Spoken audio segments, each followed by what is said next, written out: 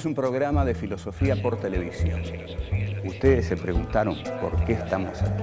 Yo existo porque pienso. El hombre piensa. Es el lugar en el cual todos los saberes son pensados. Descartes es un héroe del pensamiento. Es difícil enfrentar las grandes cuestiones. Es un libro de Jean-Paul Sartre, Crítica de la razón de Hegel. Esta es la historia de la filosofía de Hegel. Eterno. La filosofía es la totalidad de lo real, porque piensa. La totalidad de lo real. Encuentro 12. Nietzsche. Dios ha muerto. ¿Qué es la voluntad de poder? ¿Cuál es la dinámica de la voluntad de poder? La verdad, una creación del poder. ¿Qué es el dionicismo?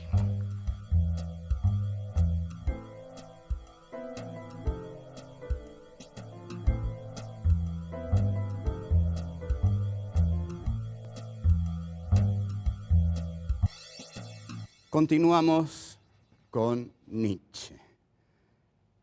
Habíamos dicho que el principio fundamental de la filosofía de Nietzsche es el concepto de vida. Ahora, este concepto de vida está interiormente muy elaborado en Nietzsche. Ante todo, parte de la negación del mundo suprasensible platónico y parte de llevar los valores a este suelo nutricio vital. Pero, ¿qué es la vida en Nietzsche?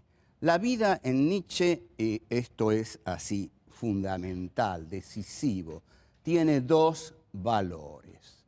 Los valores de conservación y de aumento. Hay vida porque la vida tiende a conservarse. Conservándose va a poder aumentar. Pero la vida también sabe que si solamente se conserva, va a morir. Conservarse es morir. Solo aquello que nos hace aumentar, que nos hace tener más vida, nos permite conservar lo que tenemos. Pero aquí entramos en un aspecto esencial.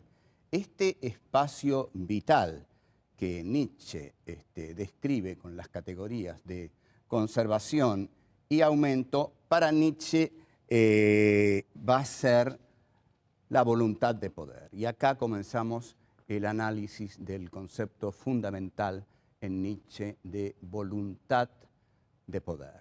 Para mí es el concepto central de la filosofía nietzscheana. Otros van a decir que no, porque se basa en un libro que dicen Nietzsche no llegó a terminar. Sin embargo, y van a decir también que en esto yo estoy de acuerdo con Heidegger. Y en este punto sí estoy de acuerdo con Heidegger, porque Heidegger interpretó muy bien a Nietzsche, porque Heidegger interpreta a Nietzsche desde una visión muy cercana a la del nacionalsocialismo, y yo estoy bastante de acuerdo en considerar que Nietzsche es un proto-nacionalsocialista y que Heidegger fue, en efecto, un pensador nacionalsocialista. La enorme complejidad de esta cuestión es que los dos fueron desaforadamente geniales. Es decir, no es cuestión de ser nacionalsocialista y tirarlos a un costado. No se puede tirar a un costado a semejantes pensadores porque la historia de la filosofía no se entiende. Es tal la influencia de Nietzsche, es tal la influencia de Heidegger, que si los dejamos de lado, no entendemos la filosofía del siglo XX en totalidad. De modo que pensemos lo que pensemos sobre Nietzsche y Heidegger y sus opciones políticas, tenemos que estudiarlos a fondo. Voluntad de poder. Los dos ejes dinámicos de la voluntad de poder son los de conservación y aumento. La voluntad de poder es el devenir de la vida. Hay un devenir de la vida, porque la vida es voluntad de poder. Fíjense la belleza estética de esta idea. La vida deviene porque es voluntad de poder. ¿Qué es la voluntad de poder? La voluntad de poder, como dije, se estructura en base a estos dos conceptos, conservación y aumento. La voluntad de poder conquista, obtiene, domina. Todo eso que lo tiene que conservar. Pero hay algo, y esta es una idea genial, hay algo que la voluntad de poder tiene que querer ante todo para poder realizarse. La voluntad de poder tiene que quererse a sí misma. La voluntad de poder tiene que querer a la voluntad de poder. Es decir, es un impulso vital que se quiere a sí mismo por sobre todas las otras cosas. Así como el deseo hegeliano se quería a sí mismo por sobre todas las otras cosas y no le importaba morir con tal de conservar ese deseo. Bueno, la voluntad de poder, y aquí ven ustedes las ligazones que se pueden establecer entre la filosofía, porque las filosofías no andan una por allá y otra por acá. No. Nietzsche había estudiado muy bien la dialéctica del amo y el esclavo en Hegel, y Hegel había dicho, el deseo es deseo porque ante todo se desea a sí mismo. Y si el deseo se desea a sí mismo, es porque encuentra en sí, en tanto deseo, su condición de posibilidad. Y para que ese deseo sea más importante que el miedo a morir, ese deseo tiene que desearse mucho a sí mismo. Entonces, la voluntad de poder, Nietzsche toma este esquema y dice, lo primero que tiene que querer la voluntad de poder no es dominar lo que está más allá. Lo primero que tiene que querer la voluntad de poder es la voluntad de poder. La voluntad se quiere a sí misma. Una vez que la voluntad se quiere a sí misma, advierte la voluntad de poder que todo aquello que conquista lo tiene que conservar. Pero también advierte, y este es el paso fundamental, que si todo aquello que conquista lo tiene que conservar, y si meramente lo conserva, se muere. El que solamente conserva lo que conquistó, se muere. Porque para conservar lo que uno conquistó, tiene que seguir conquistando. La voluntad de poder tiene que ir aumentando constantemente su poder, sus conquistas.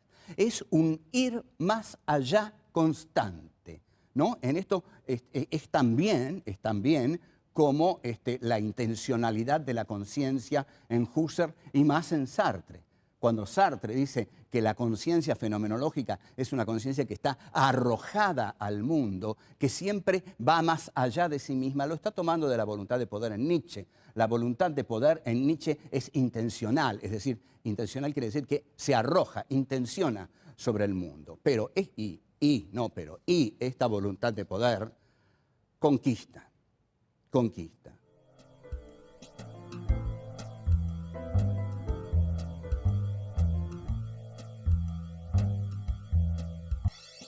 La vida es voluntad de poder, el mundo es voluntad de poder.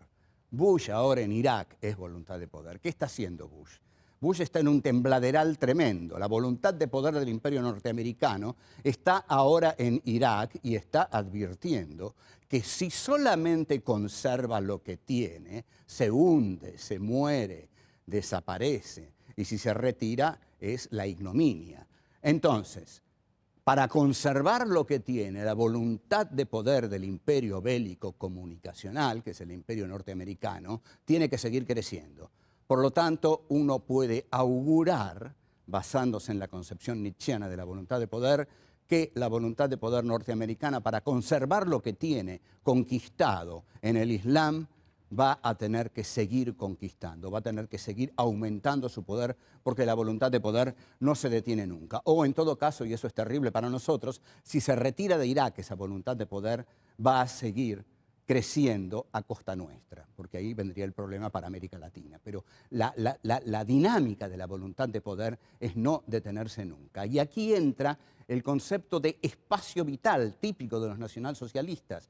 Hitler, cuando aparece belicosamente en la política internacional, dice: yo soy Alemania y en tanto Alemania vengo a reclamar mi espacio vital y si no me lo dan, lo voy a conquistar. Ese es un guerrero nietzscheano. Esa es la bestia rubia germánica que tanto admiraba Nietzsche. En 1933 Hitler va a visitar a la hermana de Nietzsche, Elisabeth Förster Nietzsche, y también se saca una foto junto a un busto de Nietzsche, pero no nos vamos a dispersar.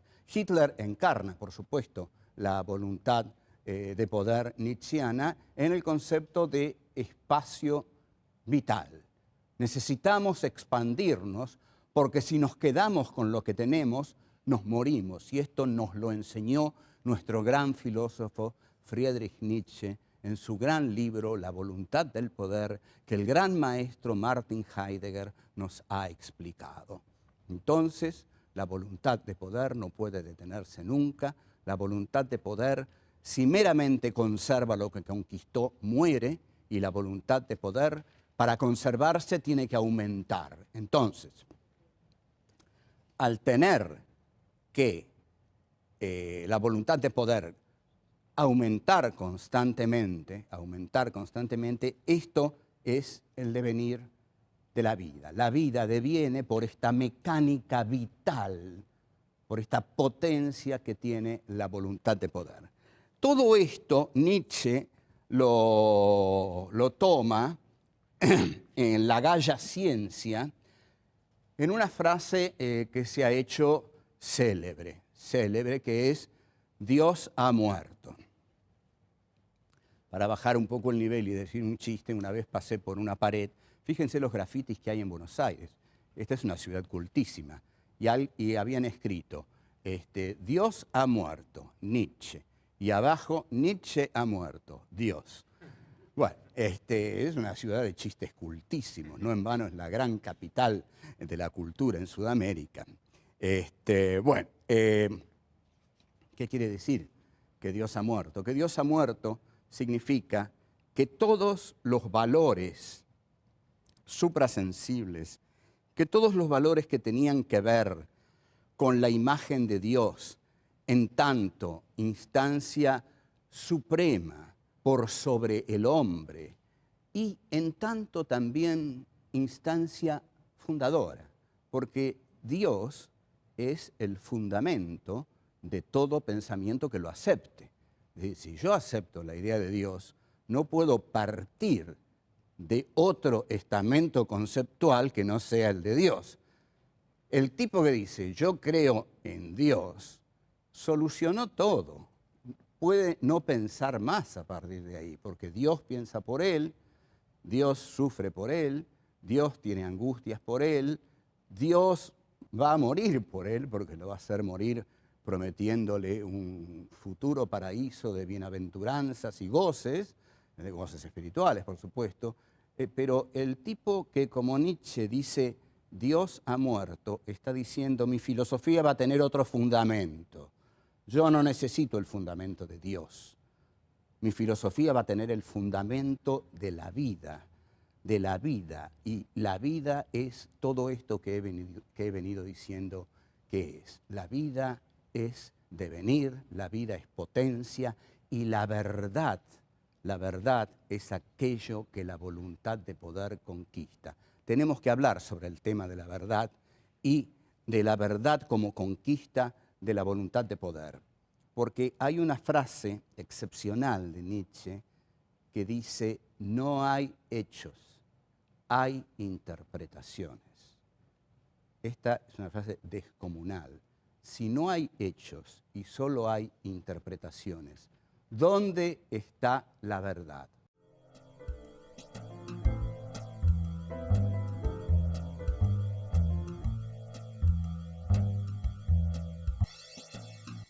La verdad, va a decir Nietzsche, y en esto Michel Foucault lo va a seguir muy bien, porque Foucault es un gran discípulo de Nietzsche, la verdad es una conquista de la voluntad de poder. Hay cientos de verdades. Usted agarre los 5 o 6 diarios que salen a la mañana o menos en Buenos Aires, escuche las radios si tiene ganas de amargarse el día, pero bueno, haga esa experiencia y va a ver que hay unas 20 interpretaciones de cada hecho. Una interpretación no es la verdad. Hay un hecho, pero después hay 20 interpretaciones. ¿Cuál es la verdad? La verdad es la que la voluntad de poder logra imponer. O sea que hay una relación entre verdad y poder. La verdad es una creación del poder. La verdad es, por ejemplo, dictar la agenda. Si yo tengo un diario a la mañana, 2 radios a la mañana, 2 radios a la tarde y 2 canales de televisión a la noche, a la mañana lanzo cualquier noticia en la primera de las radios. En la segunda de las radios llamo a uno de los implicados en la noticia y lo pongo en contacto con cualquier otra persona. Discuten, se pelean, ya tengo armada más la noticia. En el noticioso del mediodía digo, gran debate entre fulano y mengano. Debaten, entran otros, opinan otros. A la tarde saco en la primera plana, el escándalo del día es este, el que yo largué a la mañanita nomás. Y a la noche hago una enorme mesa redonda en mi canal con todos los grandes filósofos, pensadores, periodistas, economistas, y todo el mundo está discutiendo lo que a la mañana a mí se me ocurrió largar en mi pequeño periódico de la mañana. Esa es la verdad del poder. Ahí nadie está discutiendo la verdad. Está discutiendo la verdad que un determinado poder mediático impuso ese día en la sociedad. Entonces, con esto quiero decir que la verdad es hija del poder. La verdad es hija del poder.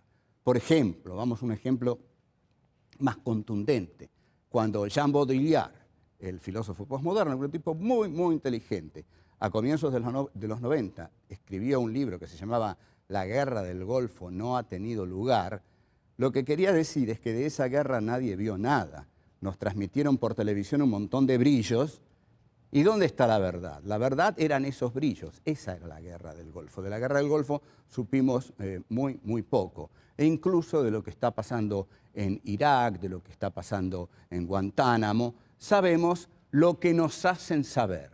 ¿Y por qué sabemos lo que nos hacen saber? Porque ellos tienen el poder de hacernos saber lo que quieren que nosotros sepamos. Entonces, la verdad es la colisión de las verdades, porque a esa verdad que yo sé que se me está imponiendo por los medios de comunicación, le voy a oponer otra, desde otro lado, que seguramente es mucho más débil, pero es otra verdad, y otra verdad, y otra verdad, y otra verdad. Las verdades incluso colisionan entre ellas, se odian entre ellas, guerrean entre ellas, pero la que triunfa, la que establece una hegemonía siempre, es la que está respaldada por la mayor fuente de poder que la emite. Entonces, este es el concepto que Nietzsche maneja de verdad. Es decir, la verdad es una conquista de esta voluntad de poder. El pensamiento de Nietzsche, como vemos, es un pensamiento belicoso que concibe a la verdad como lucha, que concibe a la verdad como justamente como una expresión poderosa de esa voluntad que necesita aumentar constantemente para conservarse. Y para aumentar tiene que conquistar. Y para conquistar tiene que establecer sus verdades como la verdad. Cuando yo establezco mi verdad como la verdad, mi voluntad de poder ha triunfado. Nietzsche va a llamar nihilismo, por fin, a ese poder que tuvo el pensamiento platónico de las ideas perfectas o el pensamiento religioso también sobre la vida. Es decir, ¿qué le reprocha Nietzsche al pensamiento suprasensible? Le reprocha que ese pensamiento suprasensible de idealidades perfectas en sí mismas ha nihilizado la vida. Ha nihilizado la vida. Entonces él nihiliza a Dios. Es decir, nihilizar a Dios es negar a Dios, reducirlo a cenizas. Y este pensamiento reduce a Dios a cenizas porque lo que pone prepotentemente como su meta es la verdad de la vida, la verdad del devenir, la verdad de los dos conceptos de conservación y aumento, la verdad de la voluntad de poder y la verdad de la conquista de la verdad como conquista de la voluntad de poder. Cuanto más poderosos seamos, más dueños de la verdad vamos a ser, porque más poder vamos a tener para imponerla.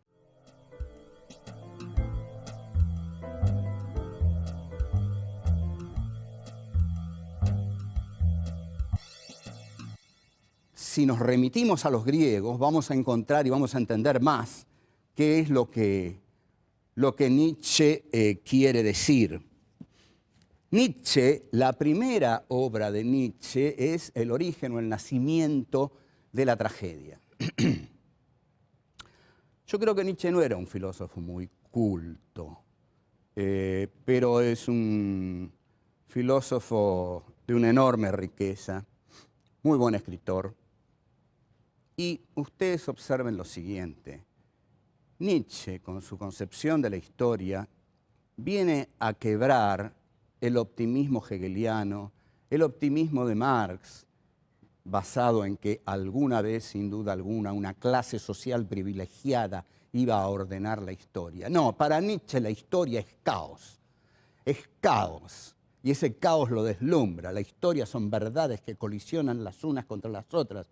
La historia es la lucha por imponer mi poder al poder del otro y al someter el poder del otro y mi poder resulte ganador, mi poder va a instaurar una verdad y esa va a ser la verdad. Todo este remolino es lo que Nietzsche va a llamar el dionisismo. Está basado en el culto de Dioniso. Dioniso o Dionisios, que lo vamos a llamar Dioniso. Dioniso, el dionisismo, es un culto griego basado en digamos, la esplendidez de la embriaguez, es decir, son las fiestas dionisíacas que después van a devenir las fiestas báquicas entre los romanos, en el cual cada miembro se entrega a la embriaguez. Esta es una hermosa frase de Hegel. Hegel va a decir, la verdad es ese juego de infinitos contrarios en el que cada miembro se entrega a la embriaguez. Muy linda definición de verdad en Hegel, que Nietzsche suscribiría. Lo que va a decir Nietzsche es, yo tengo una concepción dionisíaca de la historia, va a decir Nietzsche. Lo que yo veo en la historia no es la racionalidad de Apolo, porque los griegos tenían dos dioses, Dionisio y Apolo. Y Dioniso era el dios de la embriaguez, es decir, el yo se pierde en la fiesta dionisíaca. Esto es lo que más va a valorar Nietzsche, la pérdida del yo, la pérdida de la individualidad. En este sentido es totalmente antirromántico en un siglo romántico, es antihistoricista en el siglo de la historia, un tipo muy original. Pero lo que va a decir Nietzsche es justamente en la fiesta dionisíaca, a través de la embriaguez, cada uno pierde el sentido del yo. Y hay que atreverse a perder el sentido de la individuación, porque allí donde perdemos el sentido de la individuación, estamos cerca de la locura. Y ni usted ni yo queremos sentir la cercanía de la locura, porque eso sí que es el terror. Entonces, hay que tener el coraje de entrar en la fiesta dionisíaca, embriagarse hasta morir, o hasta vivir hasta los extremos, de ya no saber quién o qué es uno. Esto es lo que Nietzsche llama lo dionisíaco, y su concepción de la historia, su concepción de la voluntad de poder, de la bestia rubia, de las aves de rapiña, de los guerreros. Toda esta concepción es dionisíaca, sanguínea, barbárica, conquistadora. Y es en este sentido, por supuesto, que le viene como servida a los nacionalsocialistas, lógico. No es que Nietzsche se lo haya propuesto, pero digamos que hizo los méritos suficientes. Alfred Baumler va a ser, durante el régimen de Hitler, el que va a editar las obras completas de Nietzsche, y Alfred Rosenberg, el autor del mito del siglo XX, que lo van a ahorcar en Nuremberg, es el que va a imponer a Nietzsche como lectura oficial del Tercer Reich. Pero tengamos claro esto, el dionisismo se opone a lo apolíneo. Lo apolíneo es lo claro y distinto cartesiano, digamos. Es la razón, la racionalidad, el control. Un ser apolíneo no pierde su individualidad ni se embriaga en una bacanal a través de la cual va a perder su centro. Porque lo fundamental del dionisismo es que pierde el centro del yo. Y en este sentido Nietzsche es totalmente anticartesiano, porque reniega de la centralidad del ego. El ego se pierde en la fiesta dionisíaca. Entonces, este es un pensador que exalta los instintos. Para Nietzsche no hay nada más hermoso que entregarse a los instintos. Los instintos son la verdad y la razón de Occidente ha venido a cercenar al hombre. Este es el mensaje más poderoso que Nietzsche deja para quienes habrán de sucederlo y encontrar en él una riqueza profunda en este pensamiento. En este preciso pensamiento dionisíaco de Nietzsche, hay un poema de William Blake, un poeta que dice: todo deseo contenido engendra peste. Y Nietzsche va a decir: todos los instintos que el hombre contiene en sí a través de la cultura apolíneo-burguesa, a través de la piedad y la compasión y el ascetismo cristianos, que censuran, que laceran a los instintos más auténticos, salvajes, brutales, descontrolados del hombre, todo eso es peste. Lo que el hombre necesita es entregarse desaforadamente, desbocadamente a sus propios instintos y ahí perderse como hombre racional y recuperarse, sí, como ave de rapiña, como bestia, es decir, como guerrero bárbaro que se goza a sí mismo y goza a los demás en medio de una orgía interminable. Ese es el hombre de los instintos que Nietzsche nos plantea. Como vemos, algo muy distinto del hombre racional, cartesiano, del sujeto constituyente kantiano y del sujeto absoluto hegeliano. Cuando Hegel dice lo real es racional, lo racional es real, Nietzsche le diría nada de eso, nada de eso. Los instintos, dionisismo y locura.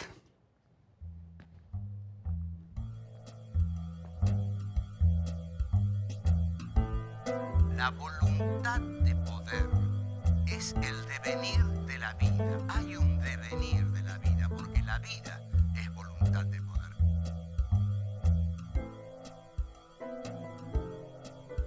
Conservarse es morir. Solo aquello que nos hace aumentar, que nos hace tener más vida, nos permite conservar lo que tenemos. La voluntad de poder tiene que ir aumentando constantemente su poder, sus conquistas. No hay hechos, hay